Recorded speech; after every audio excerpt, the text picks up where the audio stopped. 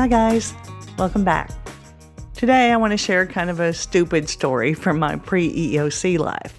I used to have a rescue pit bull named Tom. One morning at about 3 a.m. he started barking to go outside. So I got up and let him out, and I left the door open so he could come back in when he was done. Then I went to the restroom myself. When I came out, Tom was already back inside and in his crate. So I headed back to bed. On my way back to bed, I almost tripped over something that felt furry and wet. I turned on the bedroom light to find a dead possum in the middle of the floor.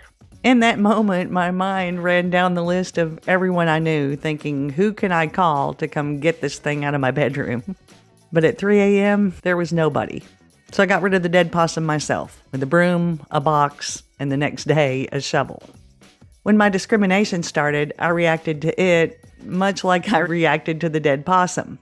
I started going down the list of everyone I knew who might be able to fix it for me. I talked to everyone in my chain of command, my union, HR, the diversity manager. Someone at NASA should have stepped up to fix it. But when I saw the legal office and the diversity manager plotting with my boss to try to help her fire me, I knew that was never going to happen. Next, I went to EEOC for help. They didn't fix it either. Then I talked to several employment attorneys who all told me that I had a good case and I should come back after NASA fired me. I didn't want to get fired, but not one of the attorneys that I talked to would intervene to try to keep it from happening. So after talking to literally everybody that I could think of, I came to the realization that much like my possum problem, nobody else was going to fix this. It was all on me. Helpers in the EEOC world, even YouTube creators like me, are vastly outnumbered by employees who need our help. In the beginning, I wanted to help everybody, but that changed when I was contacted by a woman from NASA who was in a situation that was actually very similar to mine. She needed reasonable accommodation. Like me, NASA didn't want to give it to her. Now, one of the first things that I suggested she do is download a bunch of NASA's relevant policies.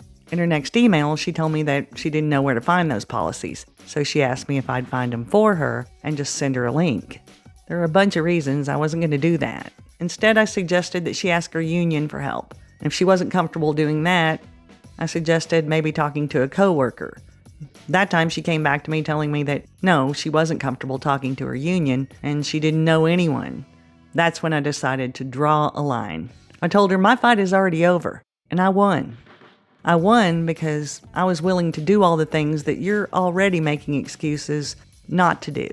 I am not willing to do the work for you, and you won't find anybody who is. This is work you have to do for yourself. If you're not willing to do that, don't even start down this path.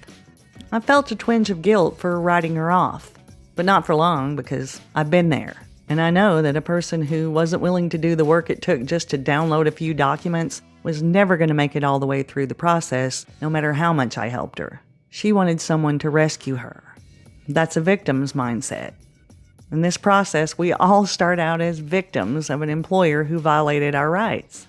We are victims, but we can't just stay victims through the whole process and expect to win. We'd all love it if a hero would come rescue us, but the only place I ever found that hero was in the mirror. Once we ditch the victim mindset, ironically, it becomes a lot easier for us to find help. But when it came time to do the hard, scary things, those were all on me. Reporting the discrimination, filing my complaint, studying EEOC's guidance. I had to find ways to deal with my health issues on my own without reasonable accommodation, and asking NASA officials a lot of hard questions in email, and do a ton of other stuff that I didn't want to do, but had to, if I wanted to win. Now, most of you guys already know that Superman and Wonder Woman aren't going to swoop in and save you. Most of you have already ditched the victim mindset, and you're already doing the hard work that it takes to save yourself. And I just want to encourage you to keep going. One day, when all your hard work pays off and you win, you'll be able to look back like I can and be proud of the fact that you were your own hero. We are the Justice League. We are the Avengers, and the world needs more of us. So hang in. I'll see you guys in the next one. Till then, take care and hang in.